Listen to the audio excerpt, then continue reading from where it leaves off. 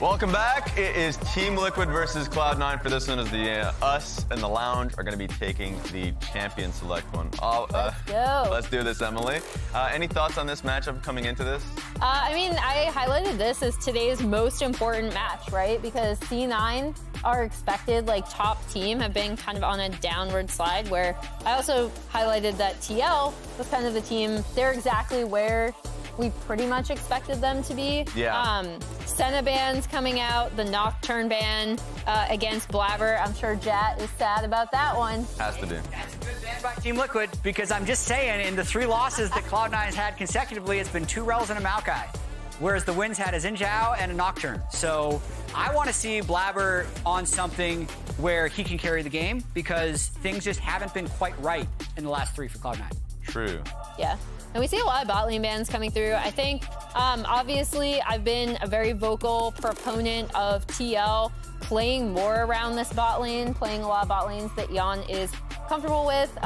So we see the Ashe and the Kalista bans coming out from C9, as well as a Varus ban coming out for TL. Yeah, the Udyr first pick has been a standard there, especially with how strong Impact has been so far on the pick. Makes a lot of sense that he wants to get that out of the way. I'm sure he's not worried about any counter pick, though. You know, as the game goes on, sure, you're going to get it pushed out of side, so I like the pick. Yeah, it also takes it away from Fudge, who I think was doing really well in the Udyr. We kind of highlighted Fudge, Bwipo, and Impact as like our greatest Udyr enjoyers in terms of being able to push, proxy, go to other lanes, or invade, like help out their junglers, that kind of thing. Really using his lane prowess to take over a side of the map. And one thing with the Milio locked in already for C9 is they're going to try and win bot lane, kind of like they did yesterday. But honestly, yesterday things went really badly for them, and they need to be able to clean this up. So this was from yesterday's game, specifically Berserker on Lucian when they played Lucian Milio. You're going to see throughout this clip that Berserker's just a little bit lazy in the lane. There's this huge lane for the hook to go through, and they just don't have the all-in damage at the time. They don't hit level 3 first. They were about a minion late on that. Busio and Masu punished them. That's not a play we typically see from Berserker. And then the second 2v2 kill right here was a bit of an outplay, I believe, by Masu and Busio. If you notice, the sweeper was actually on right here, so it disabled the ward, and I think Masu was able to cancel Berserker's last auto attack. But honestly, even in this last-ditch effort, it still would have been a traded kill, and it was just a bad lane for them. 2v2 double kills that Cloud9 gave up yesterday, and they're running it back. Lucian Milio once again, so undeterred by the disaster that happened yesterday. It kind of backs up what we've been talking a bit about C9, right? Where like in drafting, they're still drafting very confidently, and a lot of the things we've seen coming out from them have been a lot more execution based. Yeah, and you should have confidence in Berserker specifically as an AD carry mechanically, and also like just as the duo. If you start to lose confidence and change your draft because of it, then I would be really worried. So interested to see the run back on this draft. Now they're going up against Aphelios and Lulu, so really do want to see Berserker and VULCAN try and push the 2v2. And I also think JoJo picking between Orianna and Azael, if that ends up being the lock-in, need to hold this point just a second. It would just be trying to lock APA into a bit of a control mage mirror. Of the two, I do prefer the Orianna. It used to be that Azael would get pushed early on Ori. Orianna actually gets pushed on Azael up until level 6, and then it's just after that that Azael can get some kill pressure with the gank. So right now, C9 just kind of going power picks across the board and possibly looking to outscale TL, even though the Aphelios Lulu is also a new look for TL as well. Now jungle going in the 4-5, which we have been seeing pretty regularly. Now C9 being able to get the first jab at it, I think they're going to try and allow themselves. Like, I think you can go a lot of ways. You have Orianna support as a mid laner, so you can go towards a Xin Zhao if you would like to. I think I'm trying to see what you would want to do. Because you're probably going to be ending up going Aatrox anyways on 4 picks. So if that's going to be the case, then I would hold my jungle pick on 5 and just see the full composition first. Yeah, and I mean, we talked about how they do want to snowball bot lane. Jet, I know you really want to see Blaber on something where he can carry. I mean, he would, if they do want to put Blaber on a carry, they also have a lot of protection for him with the Milio, and also Ori, who not only has the laning prowess that you pointed out, but also can be a supportive mid as well. Yeah, I will be honest though, when they pick Milio bot, you generally need a bit more of a bruiser or tank jungler, and that will pair well with Orianna, because going up against Udyr even, it is kind of hard to pick a top lane that is going to be effective if you're just trying to pick the sole initiation of your team. So this actually does look like a Rel or Maokai angle based on what C9 has so far, and then it's just going to be about the execution, which has been lacking for them in the previous 3 games. Rel would be a great ban by TL. If they go Rel here, I think that would be their best pick. Also great combo with Orianna. So it would make sense. They already took away the Jarvan, kind of following your thought process there too. So could just be the Blaber disrespect as well. He's lost 2 games in a row on Rel. Why not have him run back a 3rd? If they don't ban it, I feel like that's what it would be. As for Team Liquid, going back, I know we were talking about their constant back and forth between early game and late game scaling composition. Now that's a Xin ban, so it seems like they want to let Blaber go towards the Rel or Maokai. Honestly, I think you should just go Rel right now, personally. It's so interesting from Spawn, the TL coach there, with the bans towards Blaber, Nocturne, Jarvan, Xin Zhao, when, if you're just looking at the champions, they're not targeting the priority picks that would be in the composition. They're very, very much banning the player, not the team comp. Yeah, and also just a little bit of team comp only because, like you already pointed out, he would be able to affect bot lane really easily. It does combo with the Orianna very well. We kind of expected the Aatrox out of Fudge. Instead, it's going to be the Gnar going into that Udyr for him. I guess it's just an additional dive buddy in general, and probably an easier top lane matchup with the range that you have. Now, problem is you're still going to be dealing with a proxying Udyr, so the wave is still going to be hitting your turret, but it would make sense. We've been seeing a little bit more fleet Gnar as of these days. Ziggs time! Super interesting as well. This is what they played in the first game of the split for APA. It is his comfort and they're in a control mage mirror anyway, so I actually do like the pick here. And if they do end up locking in the Lee Sin, it's pretty much comfort across the board. Or I know UmTi has wanted to play some spicier picks. He is a Lee Sin player. This is one of his favorite picks. You can see he's smiling probably at something else. This draft is pre-recorded, but he's probably happy about the Lee Sin pick as well. And again, you'd mentioned how we've seen a different look from TL in this bot lane in terms of this season. But if you saw this last season, you'd be like, oh yeah, that's a TL bot lane, because obviously Yeon is a strong Aphelios player. That's a TL team comp right there. I love this over, but I don't believe it. I'm just putting that out there. Orianna, Lillia, Milio is very low engaged, but it's also something with it being locked in now. They are going for damage across the board. It is something Blaber can kind of, carry on, but this also feels like the strategy is everyone win your lane and make the gold lead insurmountable, so the overall fit of the team comp doesn't matter. Yeah, makes sense. I mean, Blaber is 6-3 on Lillia, so it's a pick that he has been comfortable on in the past. I'm sure he has a high win rate on most of his champions, but just in general, interesting to see Lillia in this composition. I want to hear the thoughts from the casters on this one. Who do you guys have after the draft? Thank you. Welcome back. Going into game number 2 of the day, C9 versus TL. Draft pretty fun. So it is the first Lee Sin from UmTi in the LCS, but it's his most played all time, 75 games on it in pro play. And you were talking about Lillia and how strong you think this pick is right now, Kobe. Yeah, I mean, Lillia right now, with how strong Leandri's plus Riftmaker is and the champion individually, just power farms through the jungle. And with the changes on the new season, that is exactly, set up for success for Lillia. Plus the walls being a little bit wider, easier to hit those bowling ball seeds.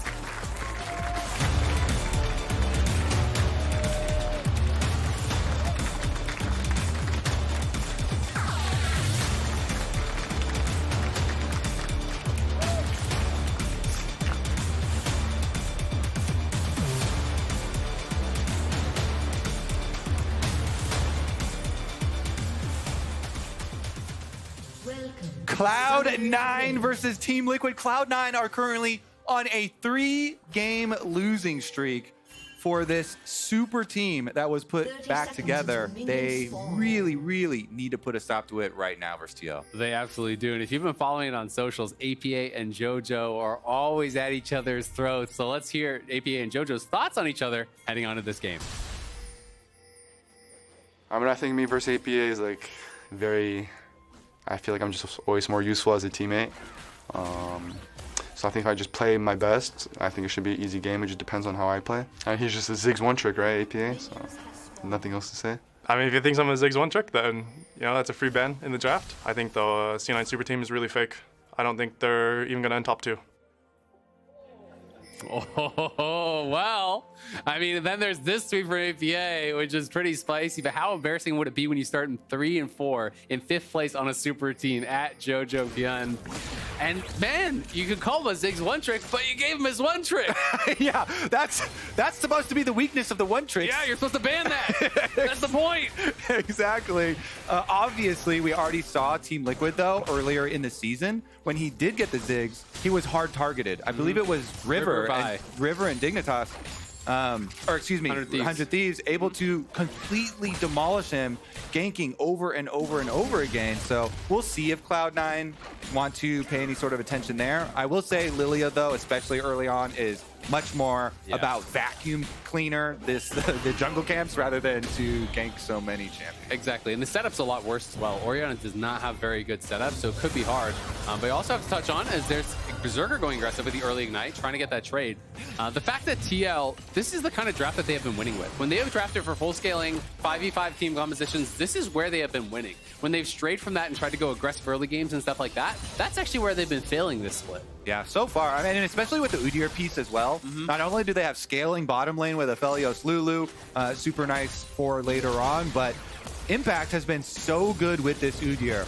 I feel like he was the biggest reason by far that they won their game yesterday, even with some of the mid-game plans going awry for them and then losing out in the skirmish up by Grubs. But Impact is just so much with this champion, invading enemy jungle, destroying not only enemy jungle and top, but also their mid. So I don't know if you know this stat, but do you want to take a guess at how well Udyr is doing record-wise in the LCS this split? I know that worldwide it wasn't good because people were flaming it. Yeah. But I feel like LCS we've been better than the world average. 9-2. Yeah, way better. So we are Udyr gods. Let's go. Udyr is just kind of crushing in the LCS. As much as there has been, yeah, like you say, a lot of talk around the world, but Udyr's not that good. People shouldn't be building tank, all these things. They need to watch LCS. It's kind of just winning. It's kind of just winning here. So, they have to watch out for that. It's Impact on Comfort. VULCAN and Berserker, I feel like there's so many eyes on them for this game. There's been a lot of criticism levied towards them about them not playing well individually, about them not playing well as a duo, and about the Lucian picks. So when you're on a 3-game losing streak and you bring up the Lucian again, you have got to perform or people are going to be on them. Yeah, especially with their Lost to Fly quest where they had those back-to-back, both members dying multiple times. And the second one even into a big minion wave as well, so completely losing out there. But JoJo was a highlight for them, even in their loss. Ooh, nice sidestep. On his Nico, he had multiple really huge plays. So I think JoJo has been a shining star here for the Cloud9 roster, and him being one of the pieces that they added in the offseason as UmTi's looking for that Q. We'll see if he can find it. He does. Sonic Wave connects, not going to take the Resonating Strike in. Blaber was able to sidestep the initial one. And I think he got most of the little Raptors there, but still is going to be pushed out. And that's going to mean he loses his Krugs as well. So UmTi getting aggressive and is going to be able to take away, a camp and a half or so from Blaber. Yeah, you're trying to fight your way back versus the Lillia, and they're looking like, come on, please, let me stay a little bit close, because the Lillia is just going to zoom ahead in the camps later on. Always is going to help when you have yourself an Udyr top laner for some extra safety, but yeah, he does a little bit of his part now. I would say that Blaber just goes right back out and steals his Raptors, though, because as well, you kind of pointed it out when Blaber got a lot of the small Raptors, as he might even make a look towards APA. But these small Raptors, if you get all the small ones, it's better than just getting the big one. Because the big one was reduced so much in gold value and experience, collecting all the small ones is actually a dub there. UmTi, though, uses that top priority. That's to me, you know? Get a lot of little pieces, add them up, stick them all together, they make a mega raptor. Yeah, there you go. It's like Transformers, right? Get a whole box Lots of little ones. A whole box of chicken nuggets is better than one rotisserie chicken. It's true, yeah. You get enough, there'll probably be a lot of chicken nuggets. But it is going to be able to stack up the nuggets. It steals his enemy nuggets away as well, so looking good to cruise on back to his side of the jungle. Another little thing on the jungler, I'm done with nuggets. Done with nuggets, okay, my bad. This is a transition we're in right now. Okay. We're transitioning into statistics for jungle champions. Yeah, because the analyst that was bringing it up a little bit, and Emily noted, yeah, you know, UmTi is at least an enjoyer. This is in fact his most played champion, 75 games on Lee Sin, and I looked it up for Blaber. This is his first Lillia game, if the stats are to be believed. I will say first pro Lillia game, you know, on stage, because I have seen myself him play it in solo queue, so he definitely is well acquainted with the champion. And of course, we already talked about it's so popular right now, especially for solo queue. And he's already got his mask, working his way towards that Liandry's. So we will see how much of a big DPS threat he can be, how impactful of a sleep he can get for the rest of his team to be able to set it up, because sleeps into Orianna shockwaves are one of the like tried and true, you know, really nice setup combinations, make it very easy for JoJo. Absolutely. We can see TL did that lane swap up towards top. Looks like they're going to be moving back towards bot now. But as we are approaching this halfway point here, this is the final game in the first round robin for these guys in the split. We have to take a look at what the aggregate power rankings were. Both of these teams were considered to be, you know, placed quite high in the standings. You know, I saw some people place TL up as high as second, as third. C9 was agreed upon that they were going to be first. Pretty much everyone, pros, coaches, everyone. Yeah, we agreed. Me and you, we agreed. We got to take the L. Yeah, we're in there, and they are now 3-3. So, you know, they've got a lot of work to do. We've had some surprising results. You know, unanimous 8th for Immortals. They've been much more competitive than that. They've gotten some big wins. A lot of these teams down towards the bottom of the standings have been picking up a lot of wins, and some of the teams that were supposed to be up at the top really have not performed. Yeah, definitely has been a competitive split this year so far for the LCS. A lot of teams surprising, and I'm never gonna get over how loud in the stadium the dragon kill audio is. Scares me a little bit. Bottom lane might be scared a little bit too. Berserker and VULCAN, a lot of eyeballs are on them you were talking about, and now Q's gonna connect. Nice Q though in response there from VULCAN. Denies the resonating strike coming in there from UmTi. Come on, play-by-play. You mean ultra mega fire kick? I'm not saying that one. No? You're just going to say Q? Yeah.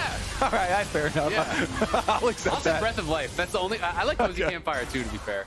Ultra mega fire kick, that's a bridge too far for me. Yeah, that's a little bit too much for a quick play there, but it was a nice little knockback from him. It was a nice little ultra mega fire kick. It was. Yeah, you're coming around. Okay. Yeah, it's got I'm not going to say a nice ring to it. It's got something. Yeah, you're testing it out. Testing, yeah.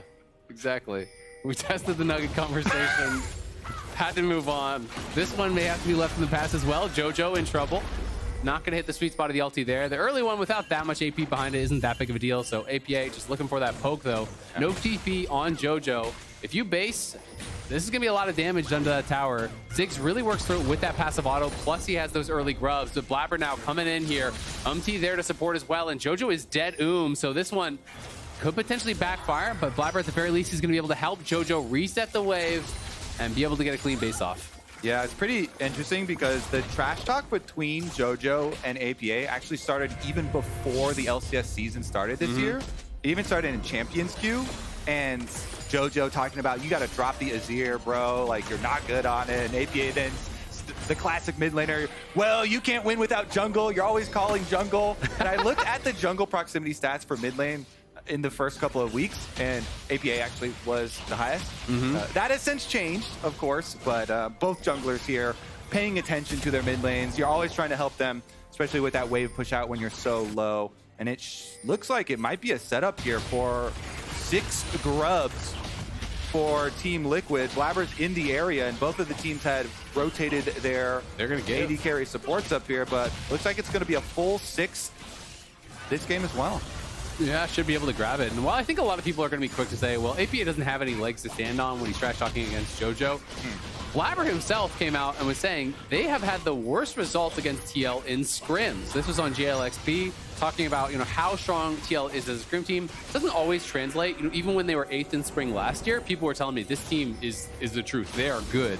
They will get there.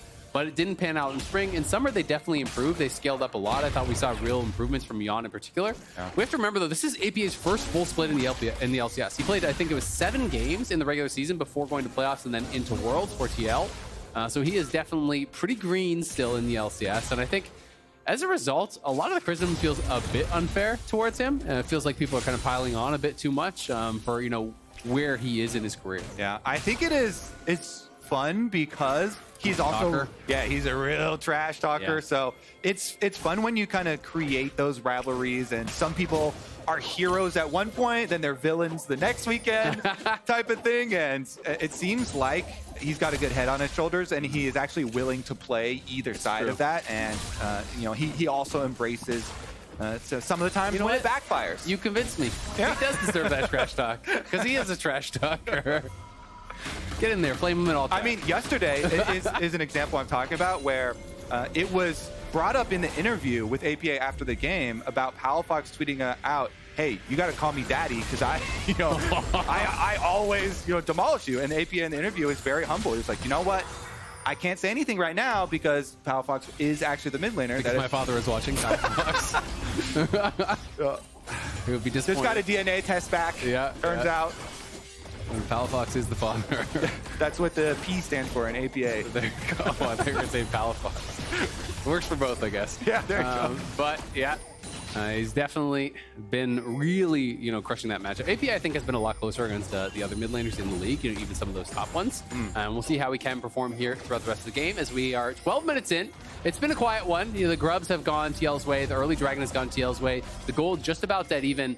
And I will say this is 3 straight games now where it feels pretty quiet early on for C9. Their game on Friday, I want to say it was 30 minutes in. It was like 0-1, which I am kind of confused as to why it feels like all of a sudden C9 games have gotten so passive, because they have always seemed like a much more kind of push the tempo style team. They're not always all out aggression, but they're usually down to scrap a lot more than it feels like they have been this weekend. So I wonder, are they losing a little bit of that confidence, getting a little bit too careful? In this Dragons here. It's always interesting to me, though, right? Because I totally agree with you, with the Lillia, with the Orianna. But then when I look down to the Lucian in the bot lane, and you're playing against an Aphelios Lulu, and you're kind of playing it just even, and they've lost a bunch of plates, it's like, well, is that the way you want to play it? I'm not sure. Maybe they can really execute and show us, how this Lucian can work. But the Lucian, only 1 win in the LCS so far. And it does feel like the Lucian, kind of doesn't fit the theme of the comp, which is play slow, scale, look for 5v5. And to me, there's so much conversation about Lucian, right? It's a really fun one to examine. I'm actually on the, I feel like, less on the get good camp, the less popular side. Yeah, that is really enamored with the mid game of Lucian Milio. I have been on the receiving end so many times where when you get the Stormrazor and the Rapid Fire, and the Milio's got the little bubble, the Dream Maker thing. The far off looking eyes. That's this man's been cold too many times. Yeah, when you get that burst damage, Lucian jumping in and chunking someone. And if you look at the matchup this time around, if Berserker's able to chunk anyone besides Impact, that will have like a lasting effect for whatever setup that they're trying to get. And that's like the ideal scenario when you're able to get the Lucian Milio mid. Once you get your double energized items and you get these Milio empowered chunks, these jump in moments from the Lucian, that's where it does really get to shine. A lot of times, though, in the LCS so far, of course, it has not shown through. Yeah, the execution just hasn't been there, right? Because I can see both sides of the camp.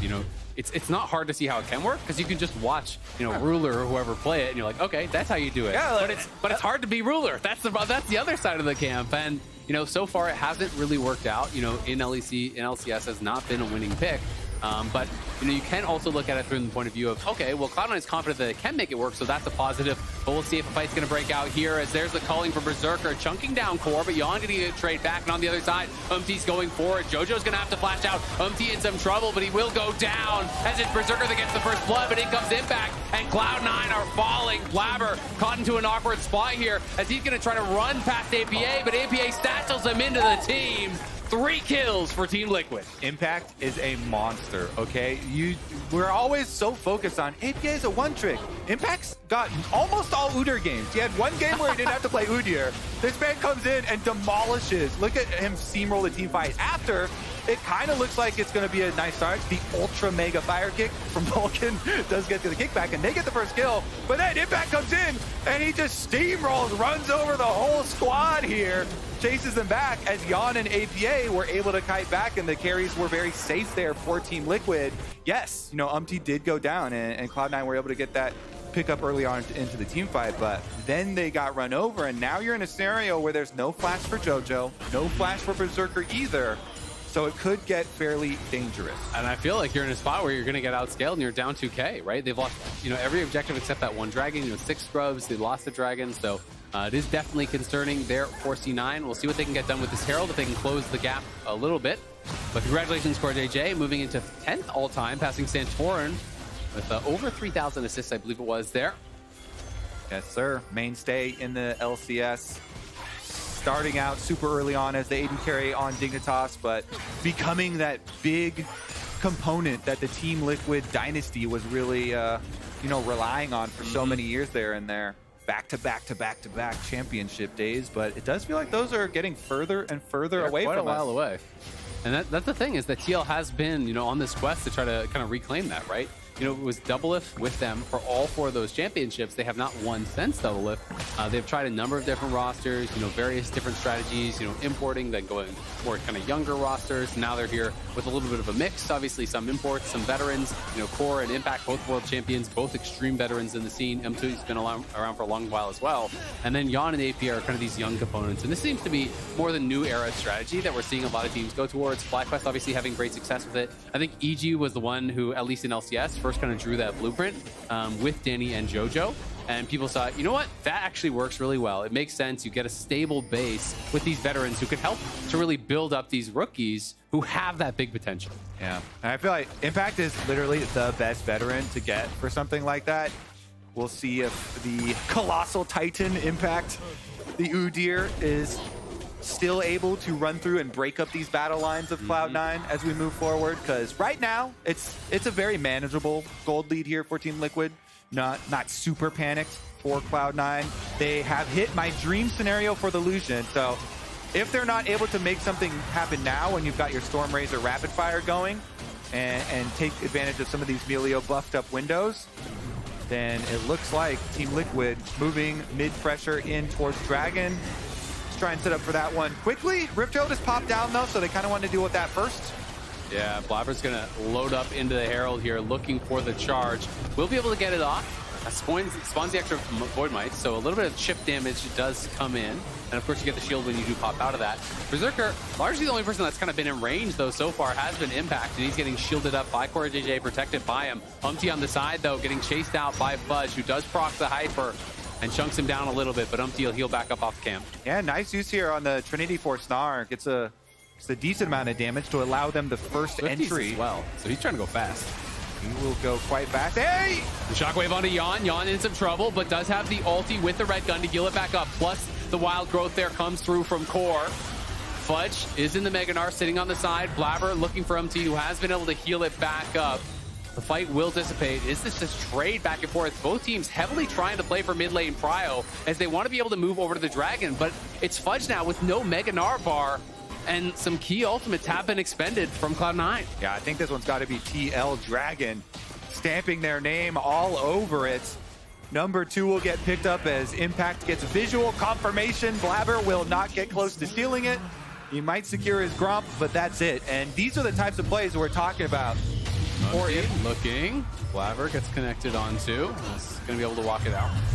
Yeah, nice little chunk there. They finish up on the tower. Impact collects the wave on bottom side too. I feel like TL keep on getting these little marginal wins here to push back on Cloud9 and increase their lead. Yeah, they do. And again, you know, we have this kind of strongest point of the game almost for that Lucian that you were talking about.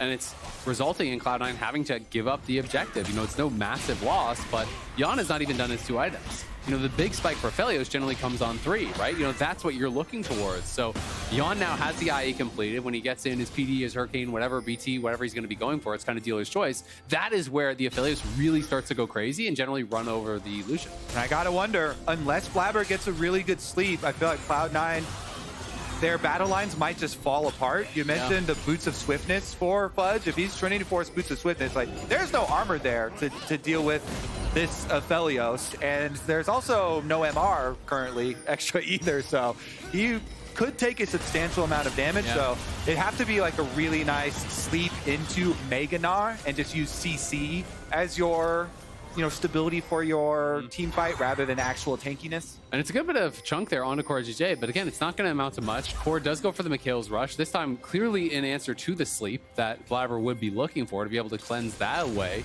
from one of his teammates. But it's tough to approach against this kind of a composition because there's Satchel disengage, there's UmTi going to be able to kick you away, there's Impact who's just going to be running and playing bodyguard, trying to slow you up with that Unleashed Phoenix, with the stuns, you know, all of these different things, and now the Mikhail's to deal with as well, and the shields and heals from, you know, CoreJJ. So I do think it's a difficult ask for Blaber to be that primary engage on the Lillia, but they're clearly not winning through sides. They're not really winning in setup. It kind of feels like they're just slowly bleeding this out, and this has been, you know, a great recipe for success for TL. It's this sort of game state that they have been able to get all of their wins in. Yeah, I think that the pathway is definitely clear here for them, because especially Impact, who has had a really good presence in side lanes, is also going to be built for team fights here. Once he finishes his Frozen Heart and what could be, well, they're just going to demolish this tower, so no problem there. And then it's going to, you know, be whatever little bit of extra magic resistance he wants, you know, either the Canic Rookrun, or even in this case, you actually do have other forms of shielding. Almost always you're like, Canic Rookrun, no brainer, but Spirit Visage has decent value for Udyr with a Lulu on the team if he wanted to go there, but they haven't nerfed Canic Rookrun yet, so. Yeah, there's actually a lot of strong MR items, right? There's Canic Rookrun, there's Hollow Domain, or whatever it is, the like magic resist Sunfire Cape. I always forget the name of that one for some reason. Hollow Radiance. Hollow Radiance. I always call it Hollow Domain. I'm not sure why. There's also Force of Nature, which is still really good if you want the move speed. So there's lots of options here. Berserker, again, trying to look for a bit of a chunk here onto APA, but not going to find too much. As he is trying to stay aggressive, is trying to find those windows, but it's always just been little chips. It's never really been that snowball. And we have seen this in a number of Lucian games. You know, I think back to week 1, some of the Lucian games that Wild Turtle played, where he was constantly aggressive, constantly finding good chunks, constantly finding pressure, but it was never, you know, the kind of the straw that broke the camel's back. It was never able to push it over that edge to where instead of a chunk, it's a kill and an objective, and that's really the problem. So I think Cloud9 have got to be sweating a little bit at this point. They've gotten very little done. It's TL, you know, with the objective lead, with the gold lead, with the scaling lead, and it's going to be Cloud9 who has to find ways to outplay without really great engage or great setup. So I just got a little ping from production that they've decided they're going to start a poll for who do you want to get interviewed if Team Liquid win. So we're at the stage where production is like, let's just throw that one out there. Just in the scenario where it possibly does. What's your vote? Do you want some more APA trash talk after if he wins? 100%. All right, well, it's got to be APA. I love following, you know, the drama, you know, the characters that are making it real spicy. I mean, if I was like, oh, what has been the most critical piece to a lot of these TL wins? I would say, hey, let's hear from Impact. But Impact's so nice. I feel like it'll be more fun. Nice guys finish last. Don't you tell me, Kobe? Yep. That's rough. All right, Blaber, maybe in a little bit of trouble there, but UmTi not going to be able to have quite enough damage to finish him off. Does use the ulti, and of course that Thunder Sky has kind of taken the place of that core item, or at least in this season. Fudge about to mega out, but TL again just going to be looking to wait this out, then start up the dragon. The Gnar timing not great from Fudge, because I don't think TL's going to give you a window. Blaber's chunked low. This is already looking like it's going to be another TL Dragon, because now the Gnar expires. You just go down, have UmTi started up. The rest of your squad can play 4-man wave clear mid. Blaber's into his jungle just to wave clear. So without really much of anything happening, C9 lose another Dragon. Yeah, Fudge is a mini Gnar with no resistances, and it's easy for this poke damage here. APA throwing out the bombs. Yeon with his green gun sniping him. Fudge is down to 60% HP. They won the Dragon. Yeah. Shockwave amounts to almost nothing there as it only hits impact. I think he was trying to clip Yeon and maybe look for something, but yeah, Cloud9 very slowly just bleeding out of this game. TL dominating the objectives. Just wait till the Koenig Rookerin is done. Impact already is kind of running free in their faces, and it doesn't look like it's going to change too soon. Yeah, I don't think it is whatsoever. As JoJo going to be pushed back. Fudge charging out the Gnar, but again, the rest of his team has had to go back to base, so it's just not really going to amount to much. I was hoping UmTi would just take that for fun. Honestly. Blaber in trouble. Nice kickback from UmTi. We'll see if Blaber can find his way out of this one. He has to flash over the wall, is going to be able to escape, but they're just going to start the Baron. You just force the flash. There's no blast cone. There's no real way for him to get in easily. Yeon has the white gun, so he's going to be able to crush through this very quick. Fudge has no Gnar bar. And the Shockwave isn't quite up, if I can see that from JoJo. It will be up very soon, though. Cloud9 cannot afford to give this up, or I think this game is pretty much toast. JoJo walking all the way in. It's getting low, though. Berserker on the side, trying to chunk them down. Fudge has been taken down about 15% HP, though.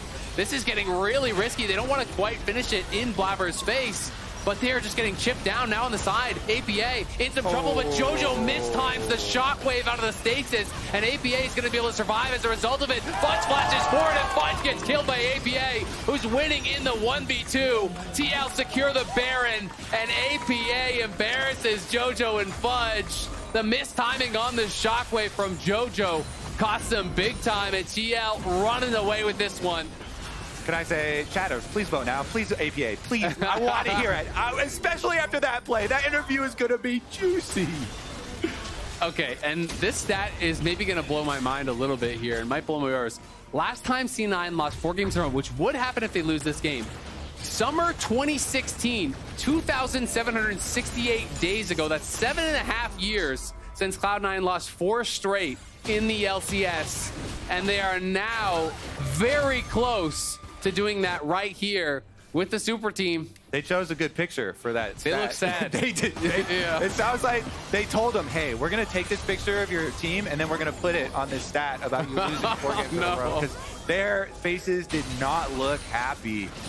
And Cloud9 definitely did not expect this. We did not expect this. We were talking at the very beginning of the game, and you showed the graphic of all the predictions preseason. And I mean, this was everyone saying that, though. Casters, analysts, coaches, players, everyone. Yep. And Team Liquid looks like they've got the power here. Baron buffed up. They basically just stalled out Cloud9 at the Baron, continually winning in poke damage, continually increasing their HP advantage at the Baron until finally they get the win on APA versus JoJo and Fudge. Now APA is level 16 coming back too. It's also really easy for Team Liquid to siege. With Aphelios, with the Ziggs here, tower damage is not a problem. They're going to play on mid lane and top lane right now, splitting between the jungle. Yeon will annihilate this turret. APA blows it up. And they're going to keep on moving forward here. A full minute left on this Baron. An impact pushing forward here on a JoJo. Will Despita harass him away and allow UmTi to finish that off. You know, they have a great comp for knocking down towers. They also have 6 scrubs, which is going to make it that much easier. And Cloud9 relatively light on wave here besides JoJo. CoreJJ will get pushed back again by the culling, but it's just really not amounting to much. A couple autos and an execution could be it, and the TP's coming in. This could be the last stand for Cloud9. They're trying to step up, but Berserker's already chunked so low. In comes Fudge. He's going to scoop APA against the wall. Can they burst them down? The Shockwave's going to connect, but there's the Wild Growth. There's the shield, and there's JoJo on the run as Impact is pushing forward on the Blaber. Blaber in trouble. UmTi connects with a Q. Ward hops forward, trying to finish him off, and there's the kick flash on a JoJo. JoJo is down, and Cloud9 are crumbling. TL in the base, but his Cloud9's no longer. Yeon flashes forward. There's another kill for TL. It's a double for the Aphelios as Liquid are marching on the Nexus, looking to put the finishing touches on this one, trying to finish the first half of the split 4-3 and hand Cloud9 their 4th straight loss. Cloud9 pushed out of their own base at the end. TL will secure their victory. They will secure APA's predicted 3-4 score for Cloud9 in the LCS, pushing them down. And I believe APA also won the chat vote for the interview. So stay tuned for that one. Yeah, Cloud9 going to be ending the first round robin 3-4. a far cry from where they hoped they would be at this point. TL ending it on a bit of a high note, 4-3 for them. The inverse record's there, so they will move up those standings. Only a couple games back of those top teams. I believe they're one game back, or maybe even tied with Energy briefly, because Energy hasn't played yet today. All right. Critical errors that Cloud9 made. They gave APA his Ziggs. They gave Impact to Udyr. And they took away the Lucian, so then Yeon didn't play the Lucian, and he's playing Aphelios, so everything looks amazing for TL. Yeah, I mean, that is 10-2 now for the Udyr in the LCS. It has been so dominant. Impact playing it out very well. But you have to say, you know, this was kind of slow and steady for TL. It just felt like they were winning the fights before they were even breaking out. Cloud9 very light on engage in this one. They would be reliant on flanks from Fudge or some sort of miracle engage from Blaber, but it was really tough to find it. And TL played around those windows, played around the Gnar timings really well. No big fights ever really felt like they happened, but TL was winning every fight before it broke out. It honestly feels like Cloud9 are having a bit of an identity crisis at the moment, and being in free fall, that is never good vibes for the squad. Really curious to see how they will turn it around, because they do have some really strong parts to this team and need to iron out some of these mistakes. Definitely have a lot to review here after Super Week. Yeah, they will, but we'll see if they can do it. Hey, LCS fans, Fantasy LCS is happening on Sleeper. It's not too late to sign up and start a league with your friends, then crush their dreams with your own LCS super team, maybe not Cloud9. You can head on over to sleeper.com or sleeper.app to give it a try. And we are going to head on over to the stage, I believe, as I think Raz and APA are ready. Woo! APA, congratulations on the win. Thank you. First thing first, of course, Twitch chat voted for another interview for you after that performance. Because right off the bat, you made out a tweet, you sent out a tweet just calling it how embarrassing it would be if JoJo lost this one. So now you get the rebuttal after that victory. Yeah, I mean, I think it's just really funny. People call C9 a super team when they downgraded both mid and support in the offseason. So I don't get it. And I guess like before coming into this game, I mean, they called you a Ziggs one trick. I mean, you have been playing a lot of champions to begin with, but then you got your Ziggs anyways. Just talk through that game, because especially for me, the most interesting thing was that one Baron fight where they tried to get you and you ended up killing Fudge. Yeah. You had a huge, massive performance. So like, talk about it a little bit. I think we were just really happy from the draft standpoint. Like, I think we don't think JoJo's good at mages. We think he's really good at like the melees, you know, the Silas Akali. But we were really happy when they picked Orianna. I'm like, okay, this is a good Ziggs game, and they didn't ban Ziggs when they call me a Ziggs one trick. So like, I just told Spawn like, this is a good Ziggs game. We picked it, and then you know, I think we played really well around it. That makes sense. And kind of going back to, love your like just your personality overall when you do embrace the shit talk. But it feels like there's a little bit more spice when it comes to JoJo. Is there something there, or is it just you making it more entertaining? I mean, I just like to make it entertaining, is all. Okay, perfect. And I mean, I've been seeing overall a lot more. Just like this was a really clean game.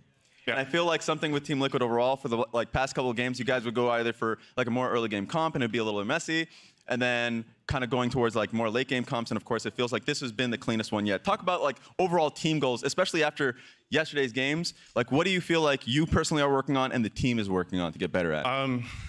I talked about it a little bit yesterday on Twitter, but I think, in all honesty, all these games are really close that we lost. Like the 4-3, the 3 games we lost. So I think just I'm working on a lot of just awareness, because there was a bunch of cases yesterday where I could have like really like just smacked Dignitas, but then I just wasn't aware enough. So just working on that a lot. That sounds good to me, especially after this game. Seems like it's giving a lot of confidence to the fans out there. Any last message you got for the fans after a game like that? Thank you, Honda. But other than that, I think Team Liquid will keep ramping up. I think just be ready for playoffs. We'll be unstoppable then. Sounds good. Sounds good. And from what I'm hearing, you got to be ready for a cast, because I think in Game 4 you got a cast ahead of you. I do. There it is. Good one. Great win. Appreciate you.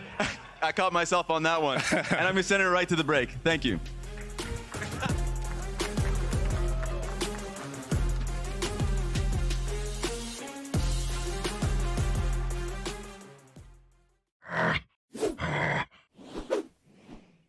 Red Bull gives you wings.